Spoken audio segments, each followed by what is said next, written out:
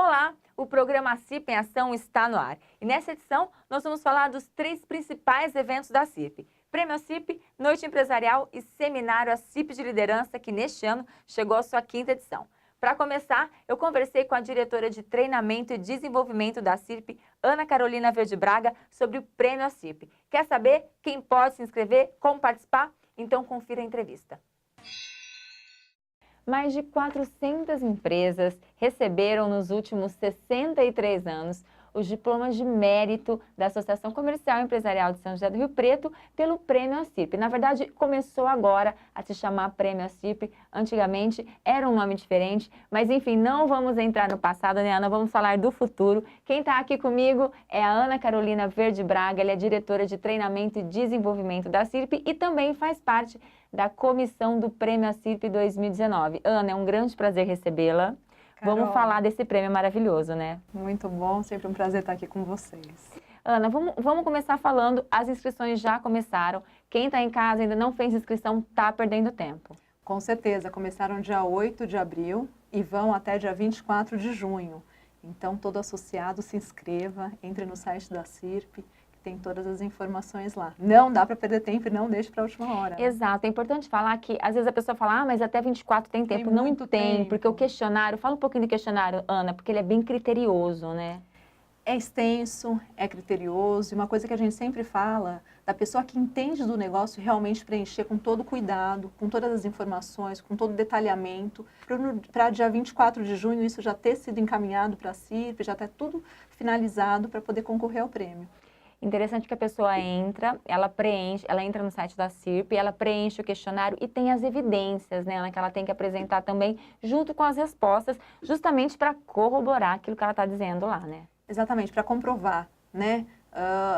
Inclusive hoje, esse ano, nós mudamos um pouquinho, no próprio site tem um maior detalhamento sobre as evidências. Então, quem tiver interesse, entra lá e vai ter todo o detalhamento, como que manda as evidências, o que é a evidência, quais são os pontos importantes para serem evidenciados, porque é isso que comprova. Muitas vezes a gente não conhece, né, todas as empresas. Sim. A gente acaba fazendo também cliente oculto, às vezes, mas é muito importante as evidências para a gente poder comprovar e dar a nota devida a cada situação, a cada empreendimento. Ana, vamos falar então das categorias. O empresário ele pode se inscrever só em uma categoria, certo? Exatamente. São 8 categorias, até trouxe uma colinha aqui para não me perder. Para não esquecer.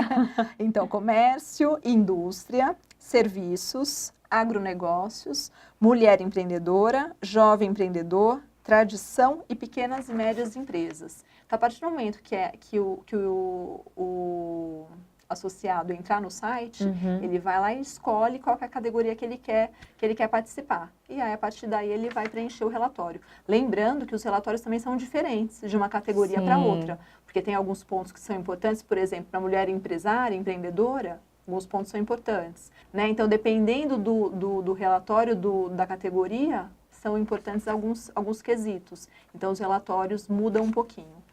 Muito importante, uma coisa que a gente vai falar agora, que é, esse prêmio não é por indicação, né? Porque muita gente está em casa assistindo e fala, não vou concorrer porque é por indicação. Porque eu não conheço ninguém, porque é só panelinha, eu não conheço ninguém da CIP, eu nunca vou ganhar, porque as pessoas que ganham são as pessoas que estão lá no meio. Isso, não é nada disso, né? Não é nada disso, é meritocracia. Então, o único critério que existe é ser associado. Além de que é um prêmio gratuito. É bom frisar também, né? Não precisa pagar nada, a única questão é essa, ser associado, começar a preencher, entregar todas as evidências, preencher o relatório completo, dar como finalizado, e aí você já está participando. Ana, é interessante também falar sobre os empresários que se inscrevem e que, na verdade, o questionário é uma consultoria para as empresas deles, né? Então, tem muita gente que se inscreve e não ganha, mas está feliz porque vai evoluindo ano a ano em cima daquele questionário. Isso é incrível, né? A gente que participa um pouquinho da comissão há algum tempo, a gente vê muito feedback com relação a isso, das pessoas falando, olha, eu já participei, é o 3º ano que eu me inscrevo, eu não ganhei, mas a minha evolução como empresa, porque a partir do momento que eu começo a preencher, eu consigo fazer um diagnóstico, uma fotografia do meu negócio. como estou. Verdade. E eu consigo enxergar os pontos que não estão bons, que eu preciso melhorar, o que eu preciso buscar ainda. E aí, de um ano para o outro, ele já busca aquelas questões. Aí preenche de novo. Aí ele tem uma outra visão do seu negócio. Aí ele vai buscar. Não ganhou, ok. Mas a empresa já cresceu, já melhorou, o faturamento já aumentou, né? Então, só isso. Eu falo que isso é o mais importante. Não é importante só quem é o vencedor de cada categoria. Isso é bom? Isso é ótimo. Mas muito mais importante que isso também é a questão da evolução e do negócio crescer. Sim. Com certeza a gente está colaborando muito para o crescimento das empresas dos nossos associados, que esse é o grande objetivo com essa premiação. Ana, muito obrigada então pela tua presença. Eu queria só que você reforçasse o pessoal que está em casa, como é que faz para se inscrever, mais informações, onde procura, para não ter nenhuma dúvida. E não deixar de participar. Exatamente. Então, se associe, se você não é associado da CIRP, entre em contato, 3214-9433, se associe à entidade e entre no site e comece a preencher o questionário. Escolha uma categoria, preencha tudo, traga as evidências e participe. A gente vai estar aqui na torcida e fazendo um belo trabalho para conseguir escolher o que melhor esteja adequado à sua categoria. Espero lá no dia da nossa premiação. Verdade. Ana, então, mais uma vez, muito obrigada. Vamos conversando sobre o Prêmio CIRP, todas as novidades, todas as informações, a gente vai se falando. Muito obrigada, é uma honra estar aqui com você, Carol. Parabéns pelo programa, pelo trabalho e se inscreva. É verdade, obrigada, Ana. Obrigada. Você de casa, não se esqueça, vai até o dia 23 de junho as inscrições para o Prêmio CIRP 2019. É só entrar no site da CIRP, acirpriopreto.com.br, vai ter um linkzinho lá, Prêmio CIRP. Clica no link, você vai ter todas as informações que você precisa para se inscrever. E qualquer coisa é só ligar aqui para a gente no 3214-9433. Não sai daí que a gente tem muito mais programa CIRP em ação para você. Até mais.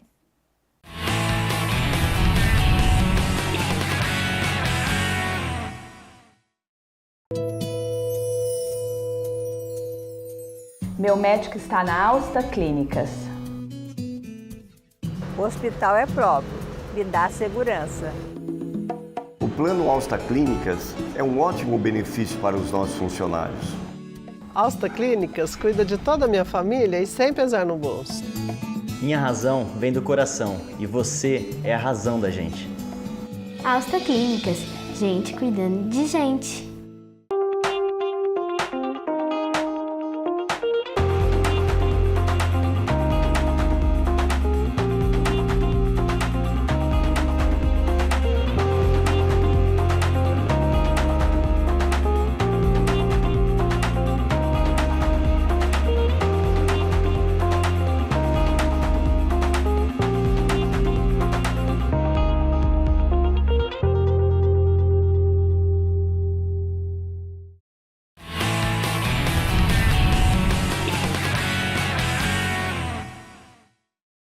Inovação, tecnologia, comunicação, economia e política. Tudo isso você conferiu no Seminário CIRP de Liderança, que chegou à sua 5ª edição e contou com mais de 500 pessoas no Teatro Paulo Moura. Nós separamos trechinhos especiais das entrevistas com todos os palestrantes que você confere agora.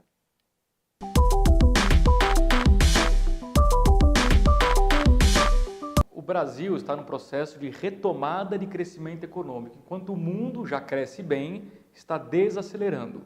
Essa desaceleração do mundo não é boa para o Brasil, porque o Brasil precisa crescer também exportando, vendendo produtos para outros países, então quanto mais o mundo crescer, melhor para o Brasil. Agora, não cabe ao Brasil ficar colocando a culpa no mundo se o crescimento não vier. Por quê? Porque faz 9 anos que o Brasil cresce muito menos que o mundo. Ou seja, a culpa é nossa e não do mundo. Então, em que pese o mundo esteja num processo de desaceleração, cabe a nós, brasileiros, criarmos as condições necessárias para que a gente volte a ter um crescimento e se iguale à média do mundo.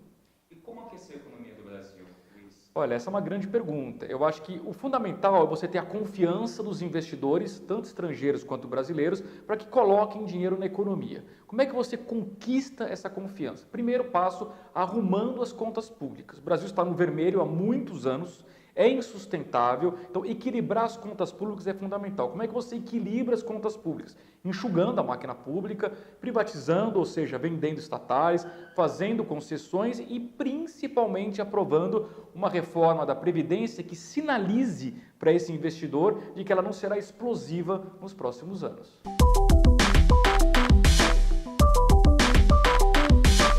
Enquanto o governo tenta aprovar a reforma da Previdência, não dá para todo mundo ficar de braços cruzados esperando um milagre. Eu acho que o governo tem o dever de tentar estimular a economia de uma forma coerente. O que eu traria aqui como sugestões? Em primeiro lugar, acho que o Banco Central poderia começar a cortar gradativamente os juros para estimular um crédito mais barato. Acho que há espaço para isso porque a inflação está sob controle. Além disso, o governo deveria estimular o setor imobiliário, construção civil, porque construção civil gera crescimento econômico muito rápido na medida em que usa muito mão de obra, isso gera renda, gera consumo e faz o círculo virtuoso da economia girar. De que forma ele poderia estimular a construção civil? Ele mesmo, pegando obras que estão paradas, obras públicas, e voltar a executá-las, e também trazer o setor privado, seja através de concessões, como foi feito recentemente com aeroportos, seja através de parcerias público-privadas, são as famosas PPPs, em que o governo e o setor privado fazem em conjunto obras. Então, acho que no curto prazo, fazer obra, oferecer crédito, reduzir juros, são medidas que ajudam a economia.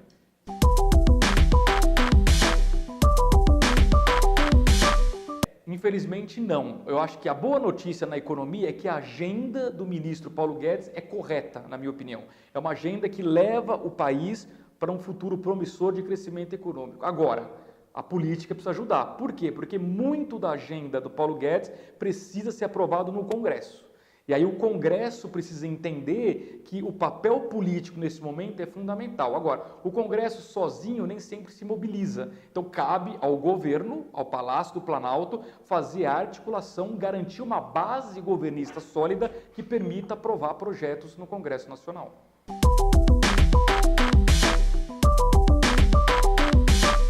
Olha, essa é uma boa notícia. De fato, a eleição do Bolsonaro, que pressupõe trazer uma agenda econômica liberal, com menos presença do Estado na economia, aquela história de mais Brasil, menos Brasília, ou seja, mais setor privado, menos setor público, isso trouxe um otimismo, tanto para empresários quanto para consumidores. A confiança cresceu desde que essa agenda foi eleita. Agora, só a confiança não vai gerar economia. Ela é uma premissa importante, um pilar importante, mas além da confiança, efetivamente tem que vir o equilíbrio das contas públicas e, na sequência, consumo e investimento. Sem esses pilares, fica difícil a gente ter um crescimento que sustente, inclusive, o atual nível de confiança.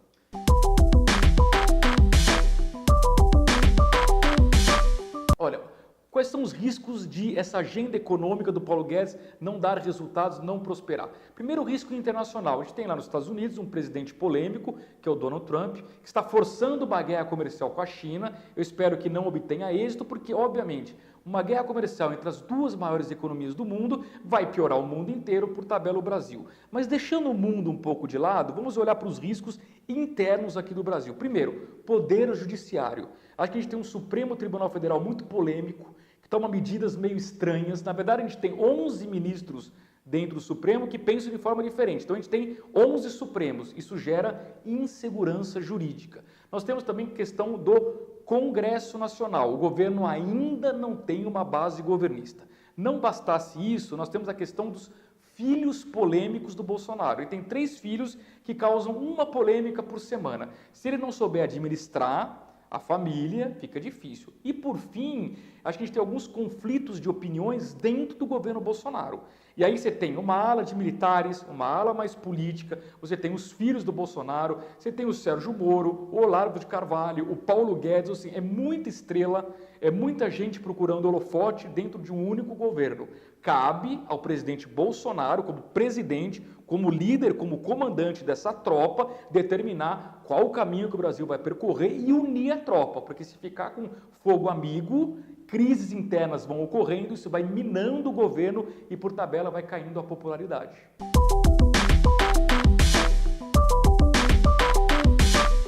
Olha, a expectativa é de um crescimento econômico cada vez mais rápido, cada vez maior. Essa é a expectativa. A gente teve 2 anos de PIBinho no governo Temer, torno de crescimento de 1%, mas foi um período também de dar uma guinada na economia, de arrumar a casa, teve a crise política que atrapalhou um pouco, e agora a gente tem tudo esse ano para crescer talvez o dobro, crescer 2% é possível, e por que não almejar, na média dos 4 anos do governo Bolsonaro, um crescimento mais próximo de 3%. Então, nesse contexto, qual é a dica que eu dou para os empresários? Se preparem para essa retomada do crescimento econômico, né? A recessão nos ensinou que a lição de casa dentro das empresas precisa ser feita. O que é a lição de casa? Olhar para dentro da empresa, procurar ineficiências, ganhar produtividade, treinar os funcionários, investir em inovação. Fundamental, a empresa que não inova não ganha mercado, e tudo isso deixar a empresa preparada para surfar essa onda do crescimento econômico. Com certeza existirão boas oportunidades, agora a gente torce para que a ala política não atrapalhe essa recuperação econômica.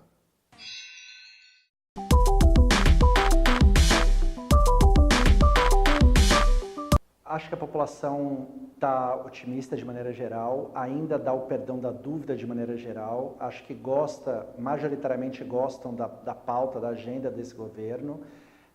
O que tem de diferente é que a gente vem de 5 ou 6 anos onde a economia praticamente não cresce. Se você pegar nesse período, a economia andou para trás, você tem 12 milhões de desempregados, 25 milhões de pessoas sendo subutilizadas. Está todo mundo muito cansado. As pessoas estão com pressa, é urgente a situação delas, as pessoas querem que o país melhore logo, tem coisa que pode ser rápido, tem coisa que infelizmente independe do governo para o resultado aparecer rápido, mas o que eu sinto por aí é que as pessoas estão muito cansadas, as pessoas querem resultado. Então, conforme passa 1 mês, 2 meses, 3 meses, até de forma prematura em alguns assuntos, as pessoas começam a desanimar e achar que esse governo é mais do mesmo, né? Precisa separar o que era possível ser feito nesse período e o que dá resultado nesse período. Tem coisa que simplesmente, por mais que você consiga fazer ou queira fazer, o resultado não aparece tão rápido, né? Não aparece de um jeito que as pessoas percebam que as coisas melhoraram.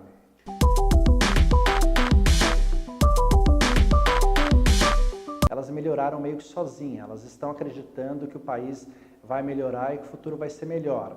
A grande questão agora é como você faz o consumidor consumir, pôr a mão no bolso, e o empresário investir. Essas duas coisas ainda não aconteceram. Ou precisam acontecer, e até acho que podem acontecer, ou o governo precisa fazer alguma coisa para incentivar o consumidor a gastar e o empresário a investir. Porque otimismo em relação ao futuro, nesse momento, se tem.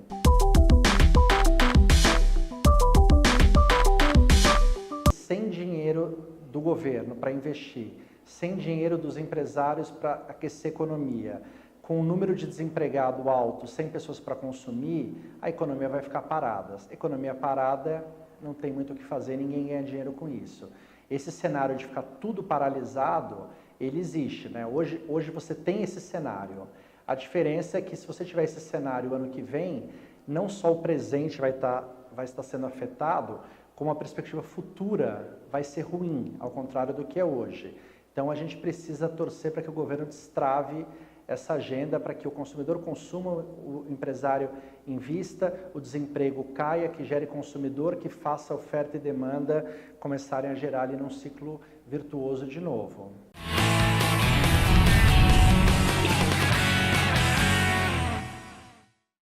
Nunca foi tão fácil emitir relatórios e acompanhar a utilização do plano odontológico da firma.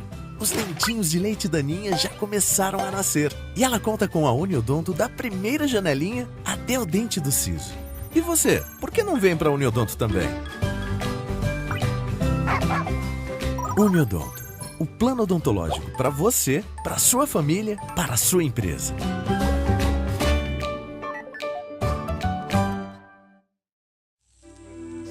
Fazemos juntos, primeiro por instinto e depois, quem sabe, por amizade, por carinho e também por tradição, por amor, por você e por cada um de nós.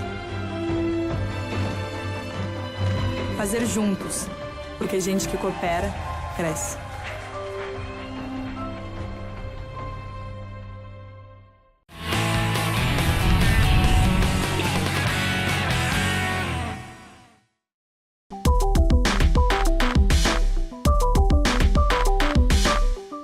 marketing como um todo, marketing digital principalmente, né? E quando a gente fala de marketing de conteúdo, é o marketing que tem como base o conhecimento da empresa e a necessidade do cliente por esse conhecimento.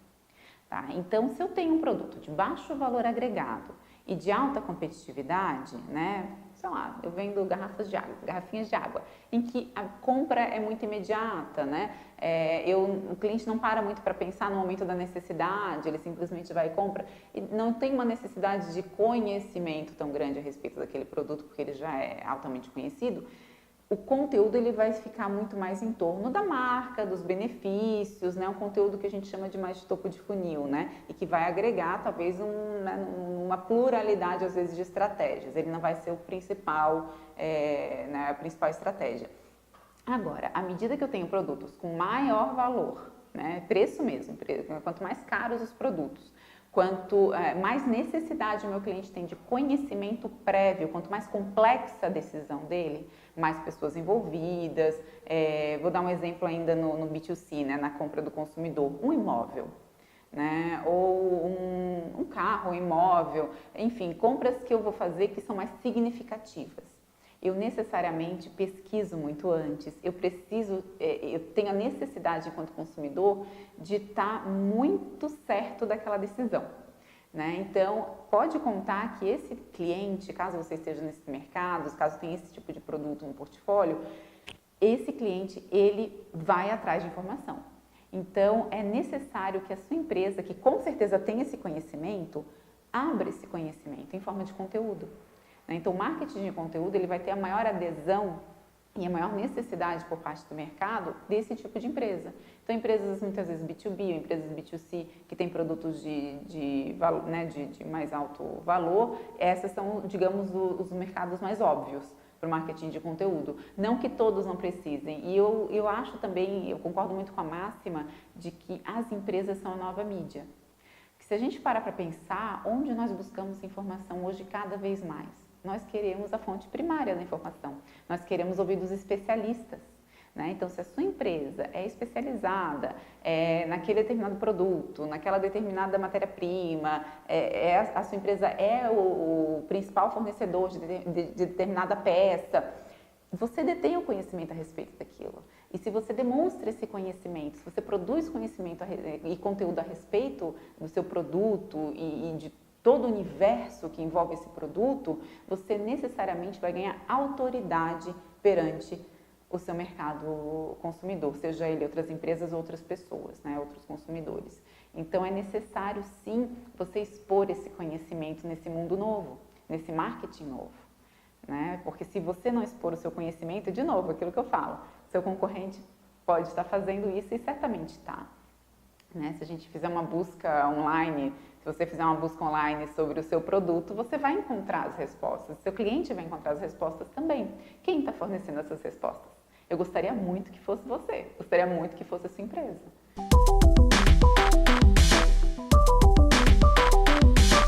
Independente do porte da empresa, seja ela pequena ou grande, o conhecimento a respeito do público ele é fundamental e ele é o primeiro passo.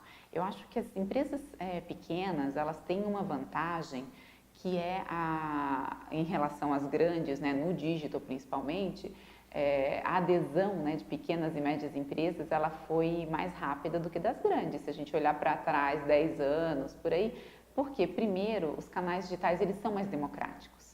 Né? Enquanto os canais tradicionais eles são mais custosos, né? O budget inicial ele chega a ser milionário para alguns dos canais, empresas pequenas não conseguem acessar. Já no digital, sim. Né? Se a gente for olhar empresas como o Facebook, né? Que é detentora aí do próprio Facebook, do Instagram e tudo mais, boa parte da receita deles vem sim de empresas pequenas. E aí outra vantagem do pequeno, o contato dele com o público dele é direto. Enquanto o grande precisa financiar grandes pesquisas, né, e ter, às vezes, contratar empresas também para fazer essas pesquisas, para ter o contato com o cliente consumidor lá no final, o pequeno não, ele às vezes numa ligação ele está falando com o cliente dele, ou né, se é um varejista na porta da loja. Então, valorizar as informações trazidas por esses clientes e tentar entender a rotina desses clientes. quais são os canais que esses clientes usam. Então, em vez de criar uma estratégia digital com múltiplos canais, com múltiplos investimentos e tudo mais, entender de fato onde é que está o meu público e focar, ter um canal próprio é sempre importantíssimo, então o site da empresa, ter o portal, enfim, ter o canal próprio, o mailing próprio é fundamental para não depender sempre de terceiros, Começar por isso e escolher um canal de divulgação, inicialmente não precisa ter mais do que isso. Começa com o canal, investe bastante nesse canal, à medida que esse canal for dando retorno, eu posso abrir novos canais.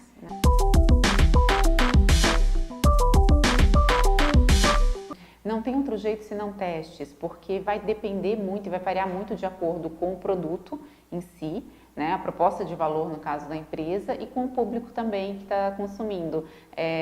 Qual a idade desse público, quais são os hábitos, quem são os influenciadores daquela compra também, é um público de terceira idade, é um público, são mulheres, são homens, são outras empresas, eu tenho um produto que é B2B, que eu vendo para outras empresas, então tudo vai variar de acordo com o meu público mesmo. E se eu entender quais são as dúvidas, as rotinas, as dúvidas, as curiosidades do meu público e eu começar a atender essas dúvidas e curiosidades, que a minha empresa já atende com o produto, mas começar a atender isso antes mesmo da compra. Isso é a jornada, A jornada é a partir do momento que a empresa se preocupa com os momentos anteriores à compra e não só com a compra em si, Porque a gente está às vezes a gente fica muito fixado no momento da compra, na experiência de compra, no pós-venda, mas toda uma jornada acontece antes desse momento.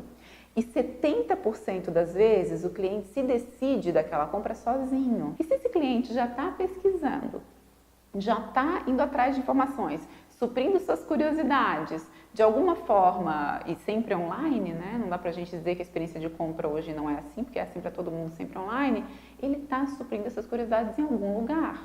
Se não sou eu, se não é a minha empresa fornecendo essas informações e suprindo essas curiosidades, alguém está. Pode ser que esse alguém seja meu concorrente. Isso tudo depende, claro, de toda uma experiência. Da experiência de clientes que já compraram e que fazem reviews, o famoso boca a boca tá aí também. Então, todas as teorias que a gente conheceu no marketing offline, elas não deixaram de existir. Elas mudaram muitas vezes de canal e ganharam amplitude, uma pluralidade, aí sim, nunca antes vista. Então, ficou mais complexo? Ficou. Eu tenho menos controle? Sim, eu tenho menos controle. Mas como é que a gente age a partir dessas máximas? E o programa CIP em Ação fica por aqui. Se você quiser saber mais sobre os nossos cursos, palestras e treinamentos, é só acessar o nosso site acipRioPreto.com.br. Segue a gente também nas redes sociais, a CIP Rio Preto. A gente se vê no próximo programa. Até mais!